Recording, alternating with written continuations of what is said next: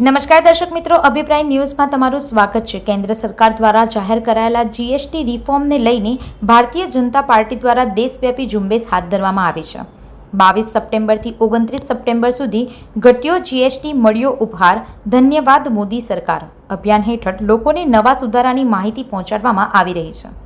આ જ અભિયાનના ભાગરૂપે ભરૂચ જિલ્લા ભાજપ દ્વારા જાડેશ્વર વિસ્તારમાં વેપારીઓ સાથે જનસંપર્ક કરવામાં આવ્યો હતો। ધારાસભ્ય રમેશ મિસ્ત્રી, જિલ્લા ભાજપ મહામંત્રી નિરલ પટેલ અને જિલ્લા પંચાયત કારોબારી અધ્યક્ષ ધર્મેશ મિસ્ત્રી સહિતના આગેવાનો ઉપસ્થિત રહ્યા હતા। આગેવાનોએ વેપારીઓને મળીને રિફોર્મના ફાયદા સમજાવ્યા અને ગ્રાહકો સુધી તેનો લાભ કેવી રીતે પહોંચશે તે અંગે ચર્ચા કરી હતી। ભાજપનું આ જનસંપર્ક અભિયાન 29 સપ્ટેમ્બર સુધી ચાલશે।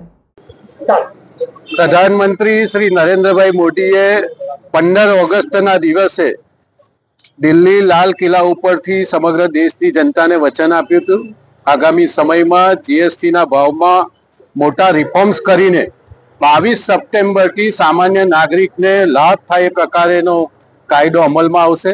જેના ભાગરૂપે પ્રધાનમંત્રીએ આપણા જે 4 સ્લેબ જીએસટીના હતા એના સ્થાને 2 સ્લેબ કરીને 99% ચીજ વસ્તુઓ 5% કે 0% ટેક્સમાં આવરી દીધી છે, જેના કારણે ગરીબ અને મધ્યમ વર્ગના લોકોને બહુ મોટો લાભ થશે। આ ચાલુ વર્ષે 7 લાખ રૂપિયા જે ઇન્કમ ટેક્સનો સ્લેબ હતો એના સ્થાને 12 લાખનો સ્લેબ કર્યો છે અને સાથે સાથે જીએસટીમાં આટલો બધો મોટો રિફોર્મ્સ કરીને 1000 રૂપિયાથી લઈને 3 લાખ રૂપિયા સુધીની ચીજ વસ્તુઓ સસ્તી આપણા દેશના નાગરિકોને મળતી થઈ છે। પ્રધાનમંત્રીનો હેતુ છે કે જીએસટી બચત ઉત્સવના આ અઠવાડિયાનું જે અભિયાન છે એના માધ્યમથી ભારતીય જનતા પાર્ટીના કાર્યકર્તાઓ વેપારીઓને, નાગરિકોને મળે અને વેપારીઓ પણ સરકારે કરેલા નિર્ણયનો સીધો લાભ નાગરિકોને આપે એ હેતુથી એમની સાથે મળવાનું। સાથે સાથે અત્યારે જે વર્તમાન પરિસ્થિતિ છે એમાં સ્વદેશી અને આત્મનિર્ભર ભારતના અભિયાનને પણ વધારે તેજ બનાવવા માટે પ્રધાનમંત્રીનું આહવાન છે।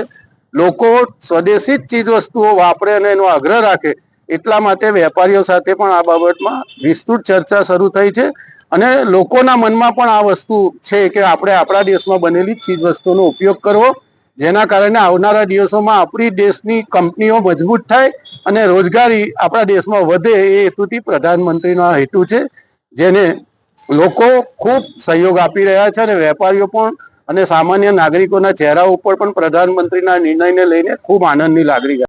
ભરૂચથી સંવાદદાતા સાથે અભિપ્રાય ન્યૂઝ, વડોદરા। વધુ સમાચાર જોવા માટે અમારી યુટ્યુબ ચેનલને સબસ્ક્રાઇબ કરો અને જોડાયેલા રહો ફેસબુક, ઇન્સ્ટાગ્રામ અને ટ્વિટર પર।